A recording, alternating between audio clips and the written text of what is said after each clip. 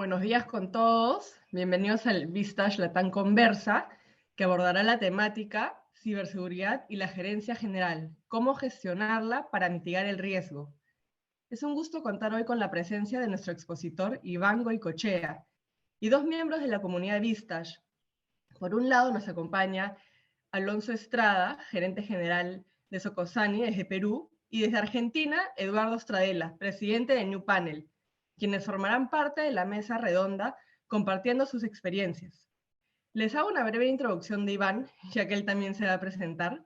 Iván es ingeniero de sistemas y trabajó más de 25 años en el mundo corporativo de tecnología y telecomunicaciones, en empresas como IBM, AT&T, Nokia, entre otras.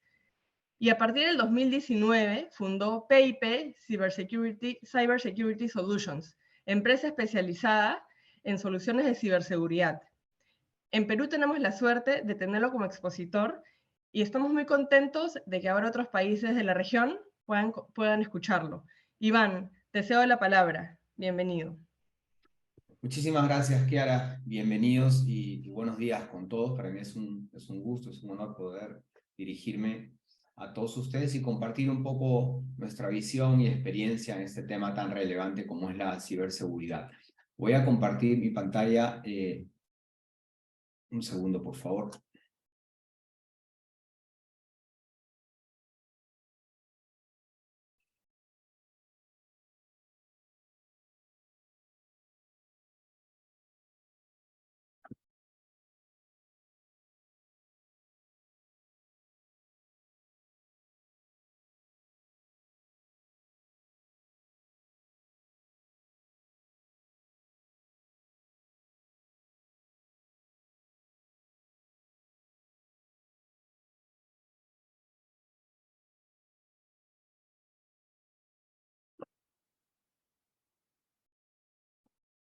Listo, ya estamos. Kiara, ¿me confirma si se ve bien mi pantalla? Se ve perfecto. Gracias. Ok, buenísimo. El tema que vamos a abordar hoy, como mencionamos anteriormente, es la ciberseguridad, ¿ok? Y la gerencia general. ¿Cuál es la injerencia que deben tener los ejecutivos principales, los gerentes generales de empresas respecto a la ciberseguridad en un mundo que ya es digital, ¿no? Este no es un tema menor, es un tema que lo vemos en el día a día, que impacta muchísimo a las empresas y es por eso que creemos que es de mucha relevancia y esperamos que aporte valor para todos ustedes y para su operación. Y ya Kiara me presentó, ¿no? Mi nombre es Iván Goicoechea, como bien lo mencionó, y previo pues a la fundación de PIP, una empresa que dirijo, a la cual soy fundador, empresa de ciberseguridad, ¿no? Trabajé algunos años, más de 25 años, en el mundo corporativo de tecnología y telecomunicaciones. Soy ingeniero de sistemas en pregrado y tengo una maestría en administración de empresas del INCAE. Muy bien, algunos conceptos que debemos entender. Voy a tratar de usar un lenguaje nada técnico, ¿no? Para que esto lo puedan entender cualquiera, porque nuevamente es un tema, es un problema que debemos entender todos los ejecutivos de todos los rubros, no necesariamente tecnológicos, ¿ok? Porque es un riesgo en el que todas las empresas están inmersas en el mundo digital, ¿no? Primero, ¿qué son los ciberataques o comúnmente llamados hackeos, ¿no? Son acciones dirigidas a afectar la operación digital de una empresa o institución, con muchos fines, ¿no? Con muchos fines, pero definitivamente son acciones que cuando impactan y tienen efectividad en una empresa hacen muchísimo daño de distinto índole, como lo vamos a ver más adelante. ¿Ok? ¿Y qué cosa es la ciberseguridad? La ciberseguridad es la práctica necesaria para proteger los activos digitales de una empresa o institución. Quiere decir, son las acciones que yo llevo a cabo para evitar que un hackeo, que a todos nos va a tocar, ¿ok? Evitar que este hackeo tenga un impacto, sea efectivo dentro de mi empresa o institución. ¿Ok? ¿Por qué la ciberseguridad está creciendo? ¿Por qué la ciberseguridad es importante? ¿Qué cosa acelera que la ciberseguridad sea hoy una necesidad para todas las empresas de todos los rubros, de todos los tamaños? ¿Okay? Lo primero es la transformación digital, ¿no? Como todos sabemos, hoy la transformación digital se ha convertido en una tarea obligada de todas las empresas, ¿no? Acelerado por la pandemia. Yo no me imagino hoy una empresa que no tenga un componente digital, que no tenga un proceso digital. ¿no? Y las que no lo tienen que hacerlo rápidamente, de lo contrario pueden perder posición en el mercado, pueden perder vigencia, quizás hasta salir del mercado en el que se encuentran, etcétera, ¿no? Eso está bastante claro para todos nosotros.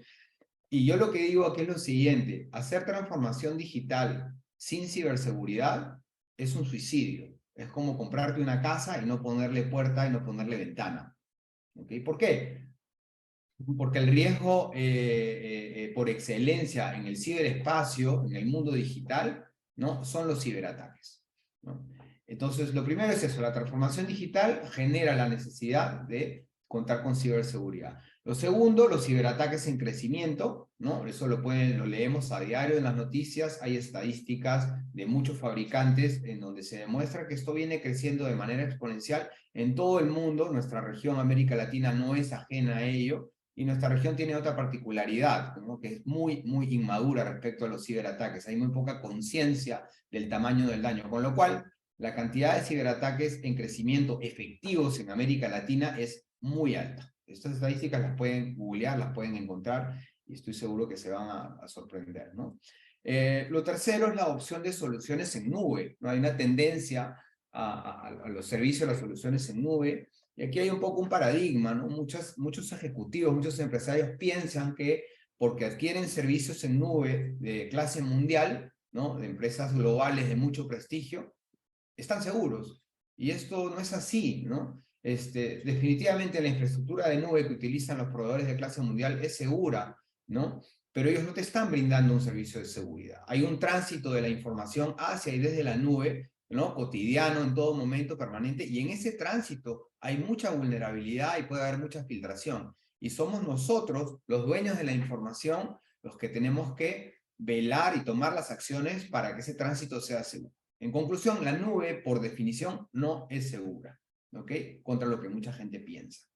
El cuarto, Internet de las cosas. Ustedes han escuchado este concepto, está asociado al concepto de Industria 4.0, quiere decir dispositivos conversando con dispositivos a través del Internet, a través del ciberespacio, ¿no? Esto genera mucha eficiencia desde el punto de vista de procesos. Por ejemplo, en la minería y en la industria, ¿no? Hay una clara tendencia a la automatización de procesos utilizando la tecnología, ¿no? Esa es la parte buena. La parte no tan buena es que dos dispositivos conversando entre ellos son sumamente vulnerables. Entonces, Internet de las cosas, Industria 4.0, automatización de procesos, el concepto de OT, Operational Technology, que se utiliza tanto en minería e industria, tienen que estar acompañados, ¿no? De una gestión robusta de ciberseguridad. De lo contrario, el riesgo que se asume es muy, muy alto. Y por último, la presión regulatoria, ¿no?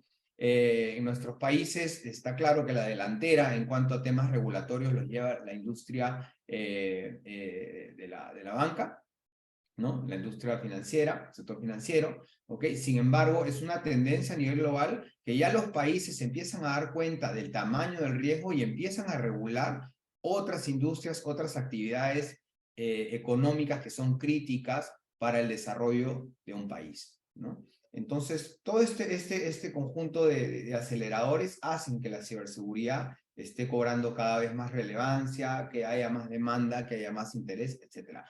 Nuevamente, en nuestra región todavía hay mucho, mucho camino por recorrer. Nosotros dedicamos parte de nuestra agenda a, como le llamamos, evangelizar, ¿no? Porque es una pena ver que la mayoría de empresas se preocupan de la ciberseguridad de manera reactiva, una vez que les pasó un incidente, y los incidentes traen costos bastante altos, como lo vamos a ver aquí en esta lámina, ¿no? ¿Qué es lo más común? No voy a hablar nuevamente en términos técnicos, pero lo que pasa más en el día a día es lo siguiente, ¿no?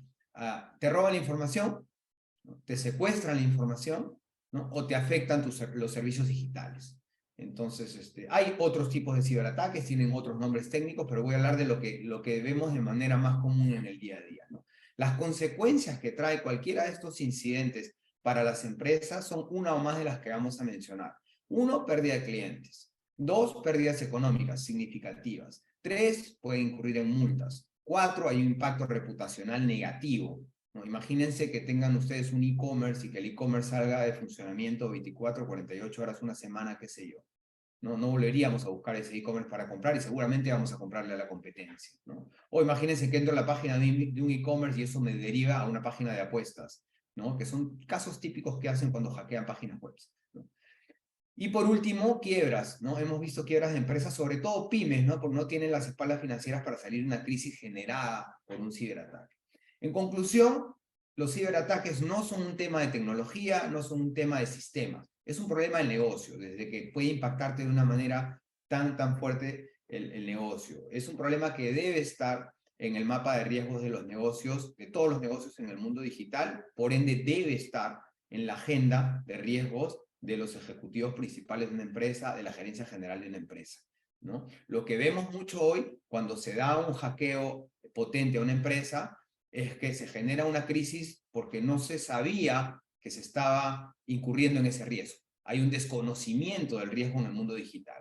Nuevamente, la transformación digital es un concepto apasionante, es una práctica muy buena que estamos llevando a cabo todas las empresas, pero hay que verla, ¿no?, en su totalidad. Es un nuevo modelo de operación que trae un nuevo mapa de riesgos, y dentro de ese mapa de riesgos, el primero, ¿no?, en potencia, en ranking, son los ciberataques o hackeos. Vamos a conversar un poco, o les voy a mencionar un poco lo que nosotros vemos en el día a día y que se tiene que desmitificar, ¿no? Hay algunos mitos de contexto, me pasa mucho cuando converso con ejecutivos, directores de empresa, y hay algunos mitos que son más técnicos, ¿no? Por ejemplo, muchas empresas te dicen que esto no les va a pasar, ¿no?, que esto es un problema solamente del sector financiero. Es mentira, eso no es así, ¿no? Otras te dicen, no, yo soy muy pequeño, soy una empresa mediana, yo no soy atractivo para los hackers. Es mentira, todos somos atractivos para los hackers porque nuestra información, nuestros activos digitales son fundamentales para nuestra operación. Con lo cual, ahí tienen un elemento de extorsión y de hacernos daño de manera importante, ¿no? Y la última, ya la mencioné, soy una empresa mediana o pequeña, esto no es exclusivo de la gran empresa. Les doy una estadística, en mi país el 78% de los ciberataques van dirigidos a las pymes. ¿Ok? Entonces, no hay que hacer vista gorda al problema, no hay que pensar que esto no nos va a pasar, basta con ver la proyección de crecimiento de los ciberataques y yo les aseguro que en menos de 2 años a todos nos van a haber intentado hackear, algunos con éxito y algunos sin éxito, ¿no? Y luego hay algunos mitos técnicos, ¿no? También conversando con muchos ejecutivos me dicen, no, yo tengo antivirus. Está bien, el antivirus, antes llamado antivirus, ahora los gestores de ciberseguridad para las laptops, endpoints, etcétera, ¿no?, son un elemento fundamental en una gestión de ciberseguridad, pero no te solucionan ni el 20% del problema, no es todo, ¿no? Otra, tengo backups. Sí, está muy bien que tengas backups, pero de nuevo, si tú te vas a ver un marco de trabajo de ciberseguridad, los marcos de trabajo de ciberseguridad tienen alrededor de 100 controles. Uno de ellos tiene que ver con backups. Por supuesto que es una práctica elemental, fundamental, pero no soluciona todo el problema, ¿no? Hay otro, ¿no? Mi proveedor de internet me vendió ciberseguridad. Sí, colocan normalmente un elemento que técnicamente se conoce como el firewall, ¿no? Pero si ese elemento no está customizado a medida de la empresa y si no está monitoreado 24/7, de poco sirve. He conocido muchas empresas que han sido hackeadas que tenían este tipo de soluciones. Entonces sí, es un elemento importante, pero no gestiona el tema en su totalidad, ¿no? El cuarto, se lo encargan normalmente el ciberseguridad, sí, míralo, y se lo encargan a la persona de TI, ¿no?, el jefe de TI, etc. El tema de ciberseguridad lamentablemente es muy complejo y especializado, con lo cual no necesariamente un buen gestor de sistemas, ¿no?, conoce de ciberseguridad.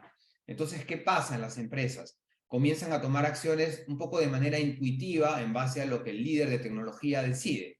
¿Ok? Por ejemplo, necesito antivirus, necesito un firewall, necesito protegerme en la nube, está muy bien. Y ahí se quedan, porque el ámbito de acción es netamente tecnológico, ¿no? Sin embargo, no se preocupan de tener, por ejemplo, un programa de generar conciencia de ciberseguridad a nivel de todos los colaboradores, lo cual es una práctica esencial también, ¿ok? Y muchos otros temas que no tienen que ver necesariamente con tecnología. Entonces, es un tema especializado que se debe poner en manos especializadas, ¿no? Y otro tema técnico, el último, no, yo tengo todo en la nube, ya lo mencioné anteriormente, ¿no? Piensan que la nube por default es segura, lo cual no es así, ¿no? Les menciono un caso que fue público, puedo mencionar el nombre de la empresa, Cineplanet, a principios del 2019, tuvo un incidente informático, un hackeo bastante potente. en donde robaron registros con información de clientes, número de tarjeta de crédito, etcétera, etcétera. Toda la información de Cineplanet estaba en una de las soluciones de nube de clase mundial, ¿no? Y hubo una disputa entre esta empresa proveedora de nube y Cineplanet, la disputa fue un poco pública, ¿no? Al final, el proveedor de nube tenía razón, ¿no? Ellos no cuidaron la seguridad en la nube en el tránsito de la información desde y hacia la nube, ¿no?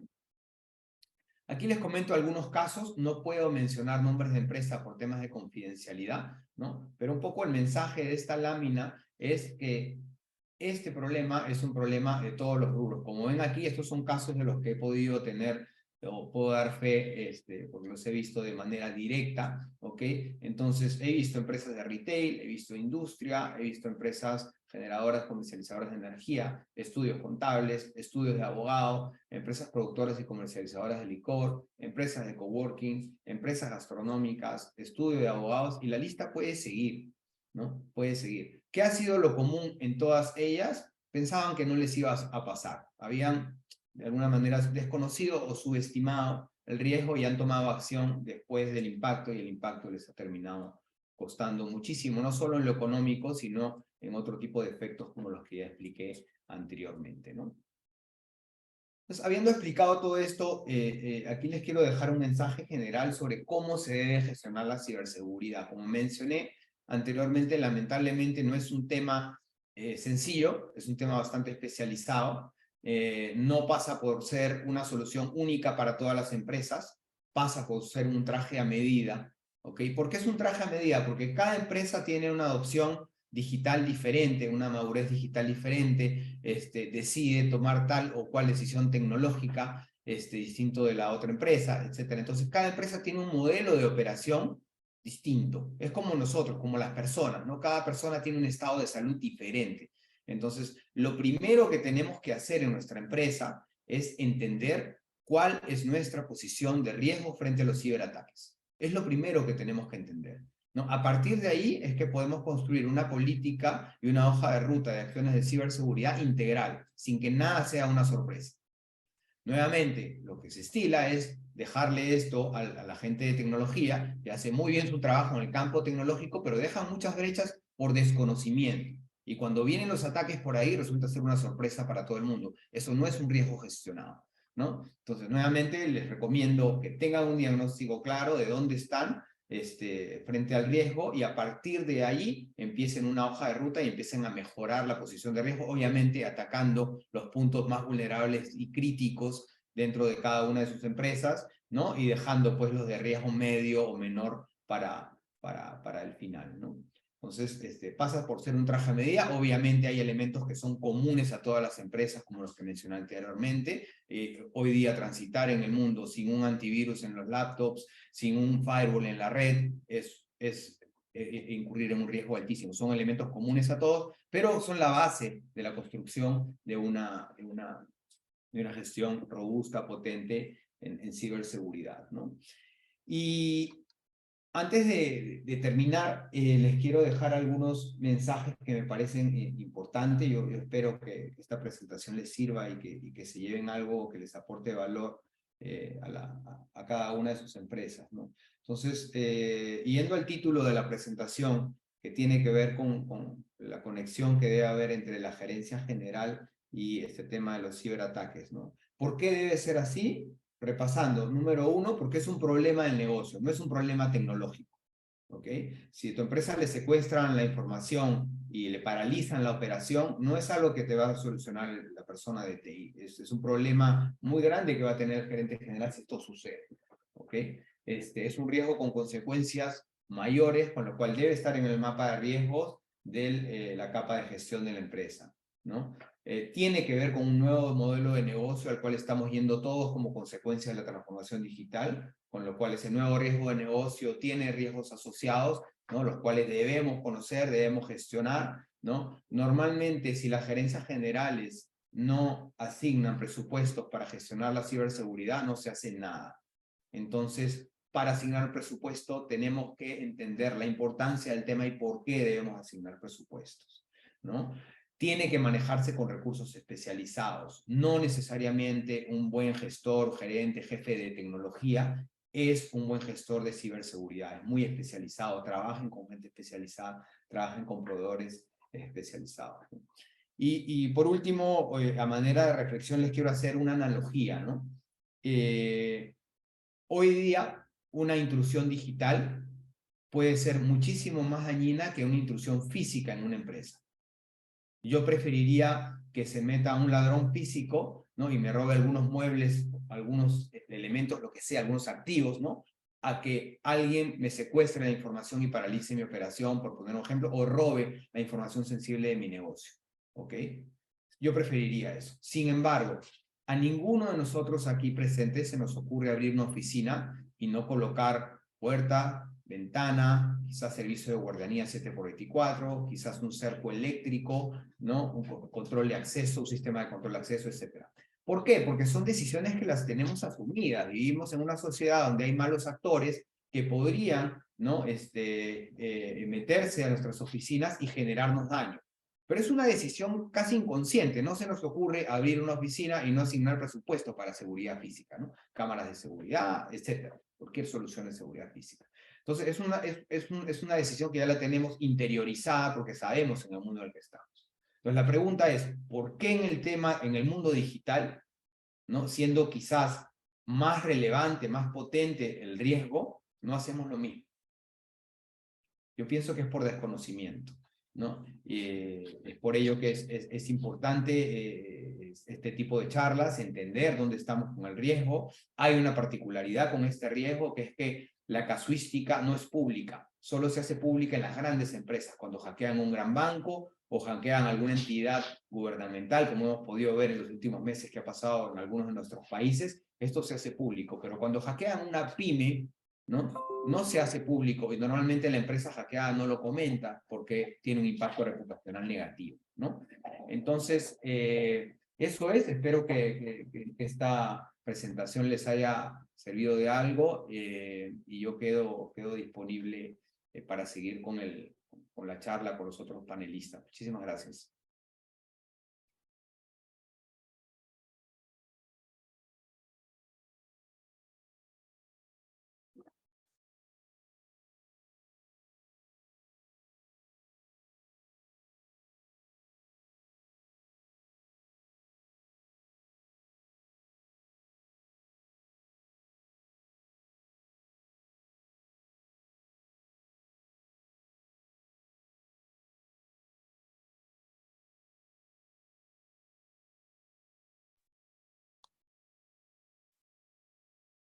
Bueno, Eduardo, José, esperamos que nos cuenten sus casos de lo que vivieron, de cómo lo solucionaron.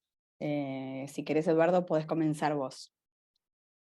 Bueno, la verdad que es súper interesante la charla de Iván. Hubiera estado muy bueno haberla tenido hace un par de años atrás. Parecía, cada vez que iba hablando Iván, me imaginaba el meme ese haciendo así, de mi persona y de mi empresa, de algunas cosas que hemos sufrido. Dos hackeos que sufrimos nosotros en nuestra empresa. Nosotros somos una pyme ubicada en Mendoza, Argentina, que creíamos que nunca nos iba a pasar también, tal cual decía Iván. Parecía que lo estaba escribiendo sobre nosotros. Primero, en el 2019 sufrimos un hackeo que fue más light, por así decirlo, que nos hackearon nuestra web, nuestra página web. Nosotros no tenemos venta online, es una web más que nada institucional para dar a conocer nuestros productos, lo que hacemos, un poco de historia.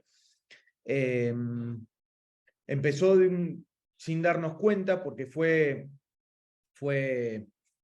de a poquito, diríamos, empezaron según lo que entendemos, fue una empresa turca, que empezaron de a poco a sacar algunas pestañas, hasta que empezaron a cambiar texto, los pasaron a inglés, empezaron a poner malas palabras, y de hecho un cliente fue el que nos contó, mirá, estaba viendo la web de ustedes y veo que tiene algún desperfecto, y ahí empezamos a ver.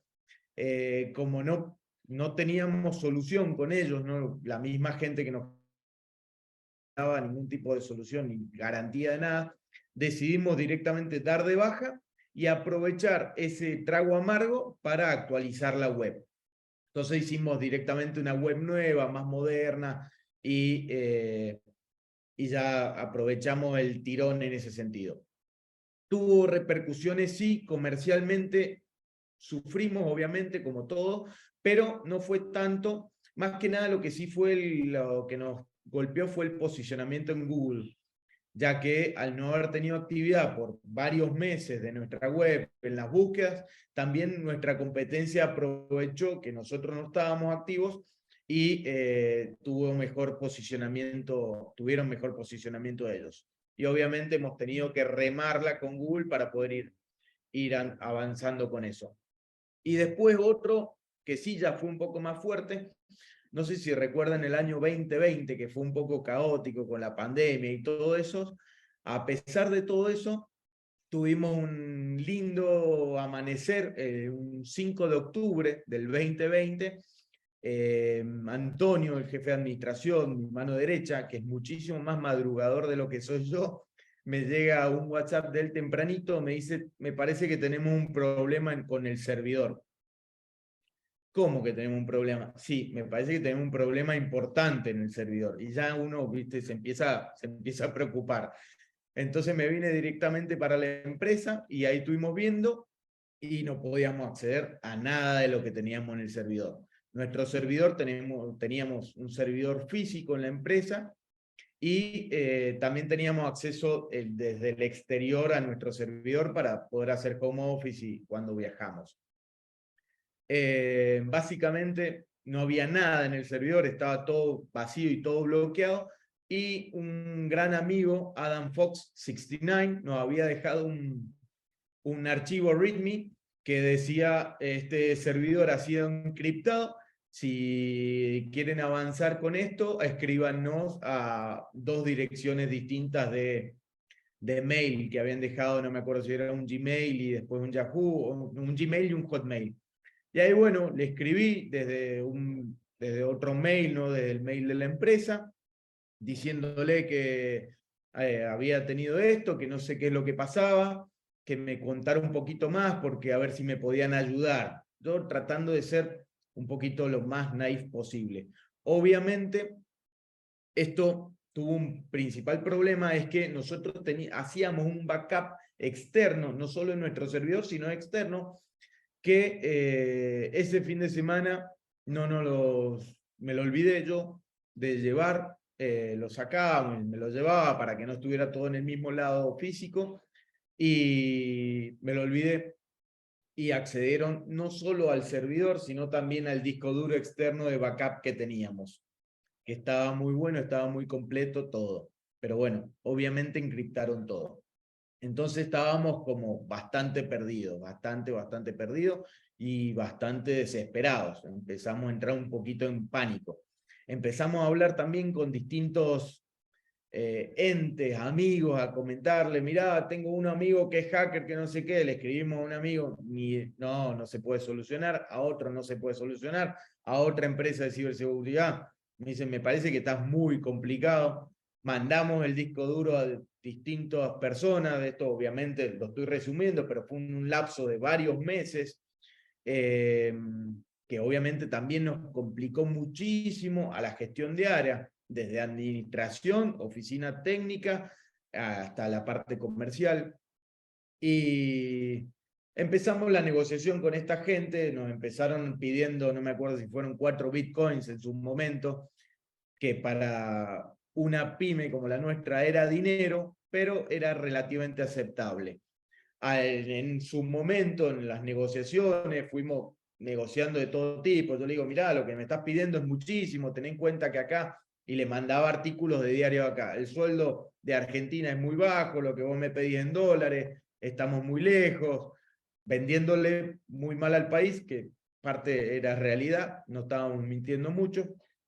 De repente el Bitcoin pegó un salto bastante importante, el dólar real, que sería el dólar blue, que le llamamos en Argentina, también pegó un salto y ya se nos hacía una pelota muy grande. Sumado a esto que el directorio de nuestra empresa no es propicio a aceptar o validar este tema de cosas, porque básicamente estás pagando a alguien que robó algo para que te lo devuelva. sea, tomamos la decisión de cerrar los ojos, a tirarnos un poco los pelos y empezar de vuelta. Decidimos no pagar ningún tipo de rescate y bueno, contratamos una persona que empezamos de vuelta todo el armado del servidor. Obviamente perdimos muchísimos datos. Yo en mi computadora personal tenía muchas cosas claves, trataba de ir haciendo backups de algunas cosas más claves. Nos golpeó bastante, pero fue un buen aprendizaje, por así decirlo, que obviamente, de acuerdo a lo que dice Iván, tenemos que seguir trabajando y bastante.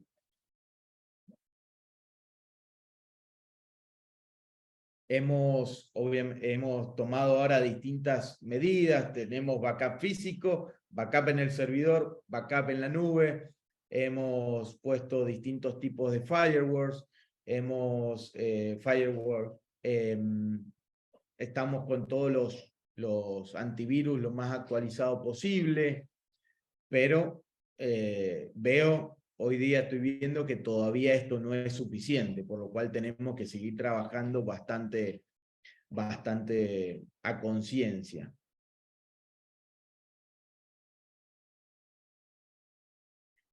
Buenísimo, Eduardo. Muchas gracias por compartir tu experiencia. Ahora nos la va a compartir Alonso. Por favor, adelante. Un placer. Gracias, Iván.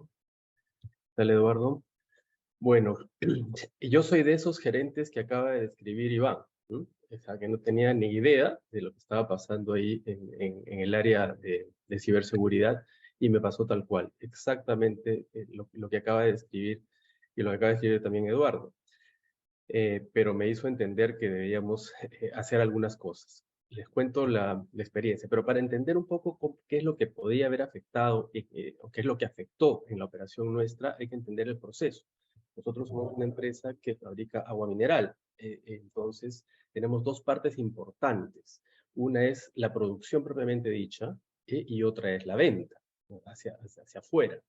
Entonces, hay dos rubros, digamos, muy importantes que manejan información. La primera es que todos los planes de producción y todo lo de la compra de insumos, el abastecimiento, todo eso está también en un sistema, en un ERP.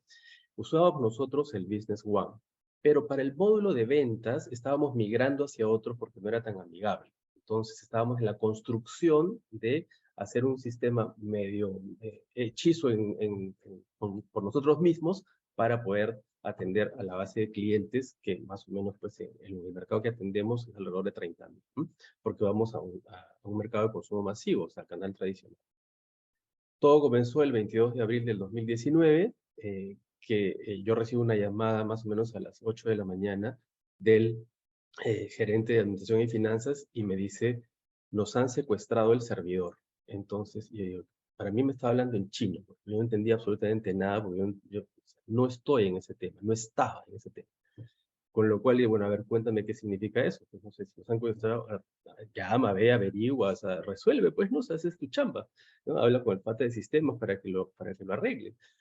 Entonces me dice, no es así tan fácil, me dice, es una cosa un poco más complicada que eso. Entonces, bueno, igual, yo tenía un día súper ocupado, entonces le dije, bueno, resuelve y hablamos a mediodía. No le hice ni caso. Entonces, eso lo digo para que se vea que realmente hay que darle la importancia que esto requiere. Y yo no se la di, en ese momento no tenía ni idea de lo que estaba pasando. Pero les voy a contar lo que pasó. Entre la 1:30 de la mañana y las 6 de la mañana de ese día, el servidor principal había sido vulnerado a través del web service, ¿no? Que se encontraba abierto para Internet. ¿Por qué? Porque los vendedores accedían ahí a través de sus módulos, de sus aplicativos, de sus teléfonos, para poder pasar los pedidos. Entonces, los pedidos se pasan a lo largo de todo el día, a las 4 de la tarde se cierra y se factura y está listo para hacerse el picking para los camiones para el día siguiente. Entonces, es el proceso habitual de todos los días. Entonces, eso está abierto. Y los atacantes aprovecharon una falla en Windows Server para que saltó, en algún momento dejó de funcionar bien y atacaron e instalaron ahí un virus, que no sé si fue en ese momento o fue antes, yo creo que fue antes, que se llama ransomware. Yo estoy hablando ahorita leyendo porque o sea, yo no sé exactamente los términos, pero que eso es lo que ocurrió. Un malware muy potente y que era muy difícil de revertir los daños, y entonces eso lo que hizo fue encriptar efectivamente toda la información. No borró absolutamente nada, pero encriptó toda la información y no podíamos acceder. Supimos a través de las consultas que se empezaron a hacer en ese momento que a empresas que podían darnos el servicio de rescate de la información, que había habido un ataque masivo o casi masivo en varias empresas en Perú, una empresa avícola, una empresa financiera, y en Ecuador, incluso también algunas en otros países de Sudamérica. Entonces, creo que el ataque venía de algún servidor de Europa del Este y que no sabíamos exactamente qué cosa estaba por él. Todo el día estuvieron, yo me fui involucrando a media mañana con el tema porque ya veía que era más serio de lo que yo inicialmente pensaba. Tanto el gerente de administración como el jefe de sistemas estaban todo el día viendo qué podían hacer y cómo solucionar, pero ya conforme avanzaba el tiempo se iban dando cuenta de que era mucho más complicado de lo que pensaba, porque todo el mundo les decía que eso era imposible de recuperar si es que no se negociaba o se preguntaba algo a la gente esta que había atacado. Bueno, evidentemente también recibimos el correo de los atacantes y que decían que tenían la información secuestrada y pidieron la módica suma de $150,000 en Bitcoin también. O sea, que el tipo de cambio era 5.700 cada uno y pidieron 20. Porque ellos pensaban que, o sea, según el ataque que habían hecho, que el servidor era a gama alta y que normalmente sus servidores estaban en empresas grandes. Nosotros no somos una empresa grande, somos una empresa que es mediana, pequeña, pero teníamos ese servidor porque estábamos migrando hacia tener un módulo de ventas más grande, manejando una gran base de datos de los clientes a los cuales atendemos, que son bodegas, fundamentalmente. Entonces, ahí yo no me involucré en la estrategia de respuesta, pero por recomendaciones de algunas personas dijeron, bueno, si vas a negociar tienes que decirle pues, que no es realmente lo que ellos piensan, sino que eres una empresa muy chiquita o si acaso ni siquiera eres una empresa. Entonces el jefe de sistemas tomó la iniciativa y dijo, mira, sabes que esto no es, yo doy servicios a terceros, este es un servidor que yo manejo y necesito un archivo de video nada más. Si quieres quédate con todo y dame el archivo de video, o sea, dame una prueba de que yo puedo recuperar la información con ese archivo de video que necesito ahí. Y si no quieres, no, pues así ya, chao. No. Entonces, en esa negociación, los atacantes bajaron el monto del rescate a 4 bitcoins. O sea, ya estábamos en $21,000 para poder recuperar la información. Y entonces, de repente se podía avanzar por ahí.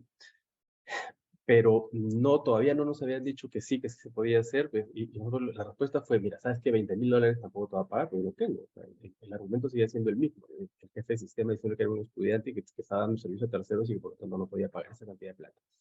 Pero como el problema no se podía resolver, ya al día siguiente me llaman el gerente de administración y me dice, mira, dame un monto, si quieres, para poder tener un límite de negociación y ver si pagamos algo para probar si es que lo que nos devuelven sirve o no sirve. Entonces yo dije, no te voy a dar nada, dije, porque yo no estoy dispuesto a pagarles a esta gente que son, unos delincuentes. Pues, no sé qué tal raza, ¿por qué lo vamos a pagar? Eso no puede ocurrir. Bueno, finalmente él, que también tiene cierta autonomía en manejar plata, terminó negociando con los atacantes para pagarles $2,200, que estaba dentro de su rango. Entonces yo le dije, bueno, y después me dijo, mira, ¿sabes qué? Vamos a ver si con esto funciona. Y efectivamente fue así. Entonces aceptaron el pago de $2,200 en bitcoins también que se tuvieron que comprar, y recién del tercer día repusieron, o sea, nos dieron las llaves para poder desencriptar la información. Y ahí probamos a ver qué pasaba. O sea, se demoró 10 horas en restablecerse toda la información y finalmente logramos recuperar los datos, pero sí había un daño de alrededor del 30%. O sea, 70% estaba bien y 30% no. Pero esto, ¿qué nos ayudó en ese momento a poder continuar con la operación? Que ya estábamos migrando en el lado importante que era de ventas, pues la producción se puede hacer manual, pues, ¿no? O sea, algunas cosas se pueden hacer manual. O sea, no era tan crítico porque no teníamos pues 300 o 400 SKUs. Pero el lado de ventas sí es crítico porque no podemos facturar si no tenemos toda la base de clientes para poder vender. Y eso significaba plata diaria.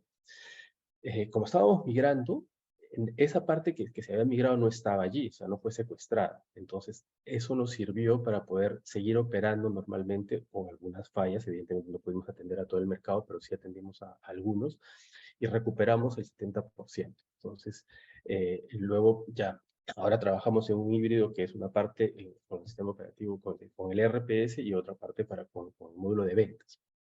O sea, ¿qué tuvimos que hacer? Bueno, ¿qué aprendimos en ese momento? Evidentemente, pues los antivirus eran muy básicos, ¿no? O sea, no se contaba con la seguridad perimétrica, o sea, los backups estaban ahí, o sea, con copias de seguridad que no estaban todas en el mismo servidor o no se había puesto en otro lado como para poder tener mayor seguridad ante un evento como este. ¿Qué se tuvo que hacer? Pues adquirir todas las licencias correspondientes para poder tener la información en la nube y en otros con los servidores de backup.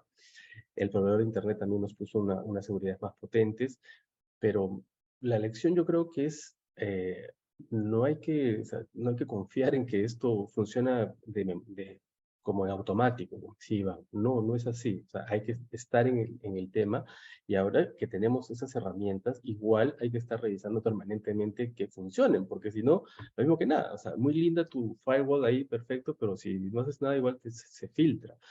Pero ahora sí tenemos, bueno, copias de seguridad diarias, se saca la información, pero como digo, avanza tan rápido en la tecnología y todos estos ataques pueden ser de diversas maneras, que es un tema, esto pasa en el 2019, ¿no? Entonces ha cambiado muchísimo alguna tecnología de ello, entonces tenemos que seguir involucrados en ello para poder tener la seguridad que corresponde y que no pase esto. O sea, menos mal que no nos salió ni tan caro en plata, ni tan costoso como podía haber sido si nos paraban la operación completamente o sea, yo no podía estar, un día de venta es plata, que no ingresa si es que no tenemos atención a los clientes. Entonces, dentro de todo no salió tan oneroso como podía haber sido.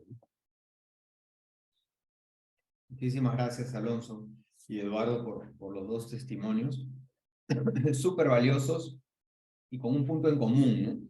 Esto de encriptar la información y pedirte un rescate a cambio de devolvértela, tiene un nombre, Alonso lo mencionó, ¿no? Es el ransomware, en español es secuestro informático, ¿ok? Paro tu operación digital, parcial o totalmente, ¿ok? Y te pido a cambio un rescate en Bitcoin, ¿no? Lo interesante de los dos casos es que en un caso se pagó y en otro caso no se pagó, ¿no? Entonces, la primera pregunta que me gustaría hacerte, Alonso, es, yo entiendo que fue una decisión de tu gerente de administración, por lo que has contado, ¿no? No sé si lo hablaste con él, pero ¿qué garantías tenían, ¿no?, de que ellos les iban a devolver la información? Porque al otro lado de la línea, tú bien lo dijiste, no son personas honorables, son delincuentes, ciberatacantes se llaman. Entonces, un delincuente no tiene palabra, ¿verdad? Tú pudiste haberle pagado el rescate, yo he visto casos donde le pagan el rescate, les devuelven un porcentaje pequeño de la información y te dicen, mira, ¿sabes qué? Lo he pensado bien, y si quieres el otro porcentaje que te falta, págame el triple. Y siguen jugando a la extorsión, ¿no? Entonces, no tienes garantía por ese lado. Entonces, no sé si conversaste esto con tu gerente de administración o no, o qué garantías tenían de que les iban a devolver efectivamente la información. Ninguna, cero, o sea, absolutamente ninguna, no sabíamos nada, sabíamos que nos enfrentábamos a alguien o algunas personas que en el otro lado que no te daban ninguna certeza que eso iba a ocurrir. Ahora, el asunto es que, bueno, ok, vamos a correr el riesgo porque ya es un monto bastante menor al que inicialmente dijeron. Entonces, ante perder $2,000 o recuperar algo de la información, el costo no era tan alto, el costo-beneficio, o sea, ok, está bien. O sea, como digo, él tomó la decisión, o sea, sí me dijo, después de que ya estaba negociando en ese monto, dije, bueno, ok, vamos a hablar, pero no, certeza, o sea, ni siquiera una pista de que podía ocurrir. De hecho, devolvieron, demoró como 10 horas, o sea, todavía no sabíamos qué iba a pasar, si es que lo que estaba recuperándose iba a estar o no iba a estar, porque pasaban horas y pasaban horas y pasaban horas y no teníamos todavía acceso. Entonces, cuando terminó el acceso, ya el jefe de sistemas vio, sí, mira, o sea, está bien, estamos al 70%, igual se han dañado cosas, pero, bueno, por $2,000 creo que esto no está tan mal, finalmente, ¿no? Eso fue.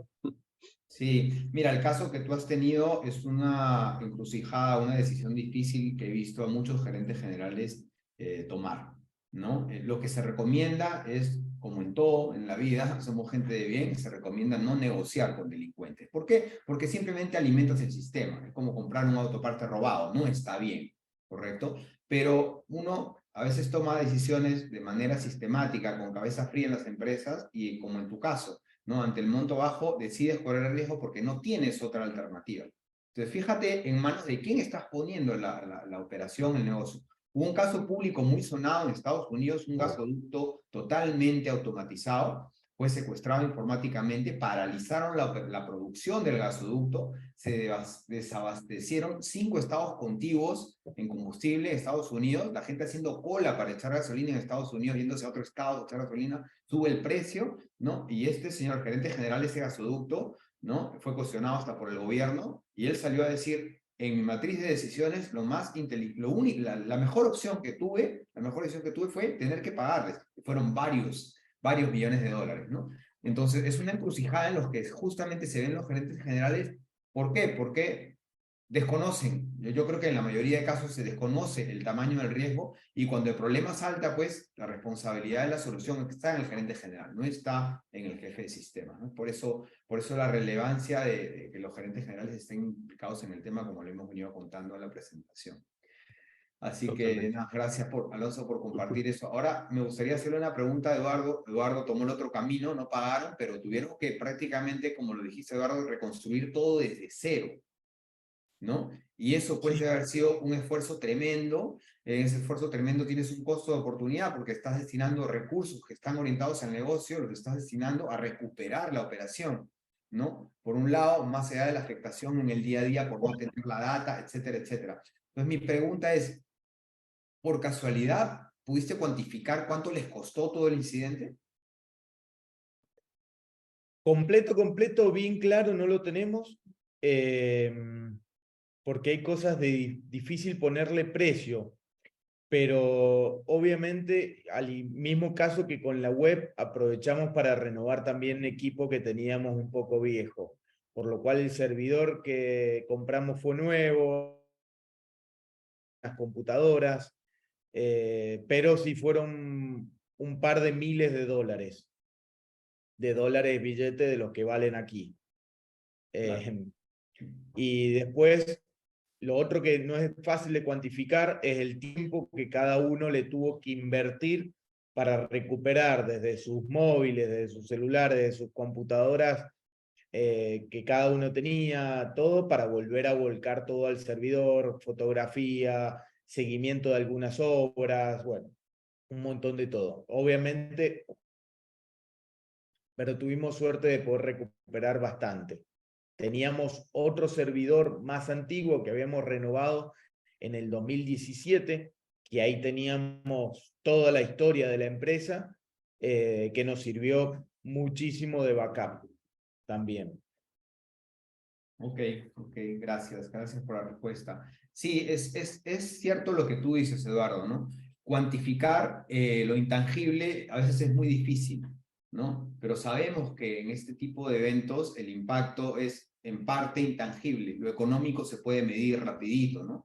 Pero ¿cómo mides ese costo de oportunidad de tu equipo enfocado por días o semanas en recuperar la operación?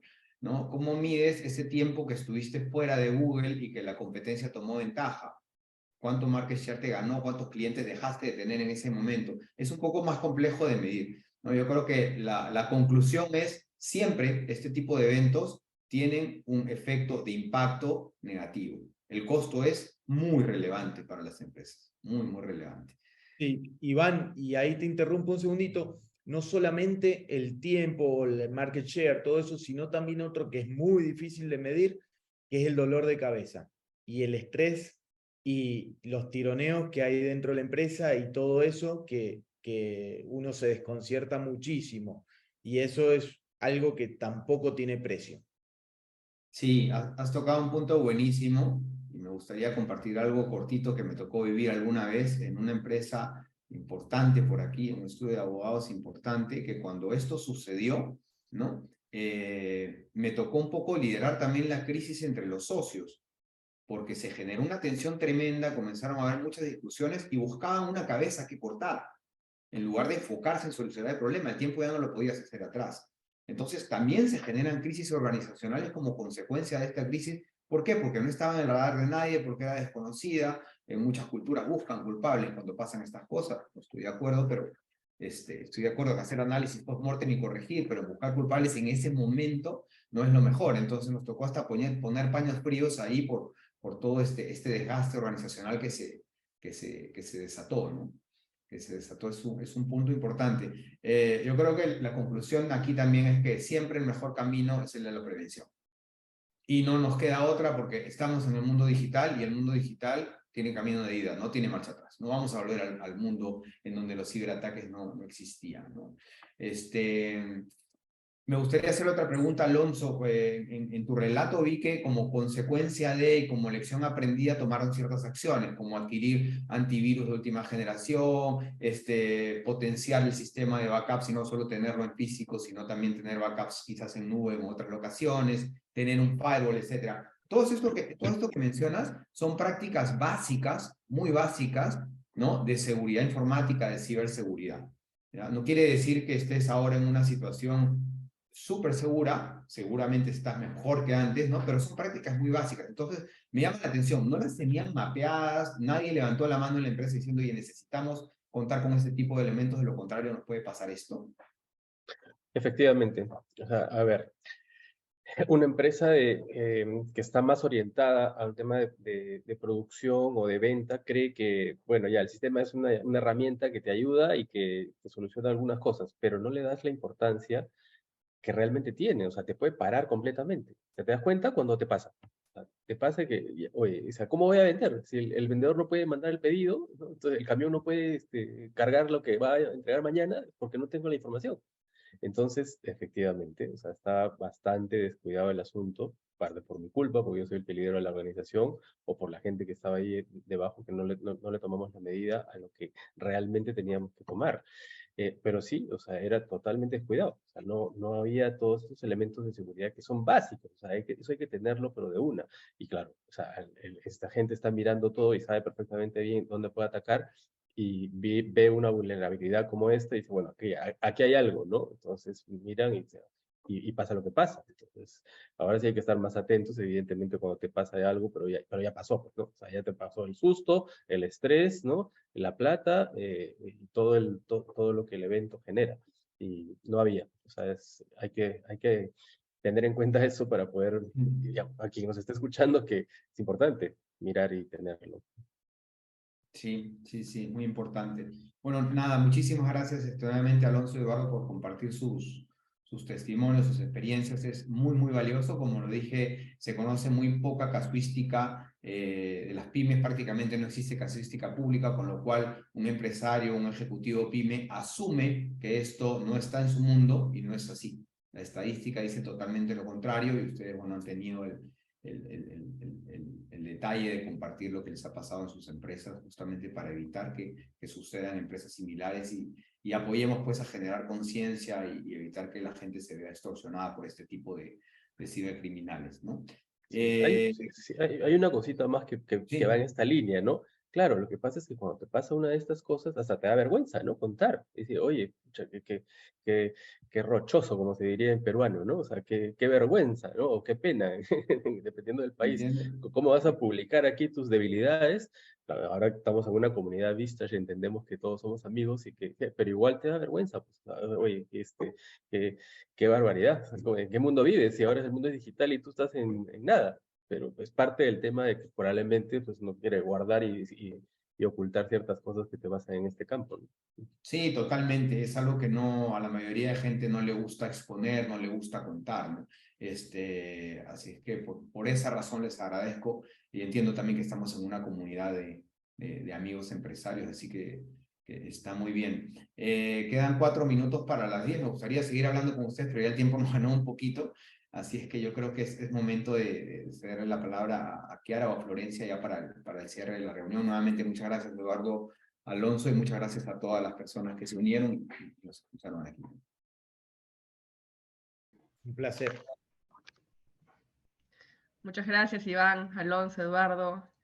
Y bueno, gracias a todos, a toda la comunidad. Como saben, nuestro propósito en Vistage es ayudarlos a que puedan tomar esas decisiones que beneficien sus empresas, colaboradores y la comunidad, ¿no? Muchas gracias por tu participación en el LATAM Conversa. Esperamos que el tema haya sido de su agrado y sobre todo les haya agregado mucho valor y dejado muchos aprendizajes.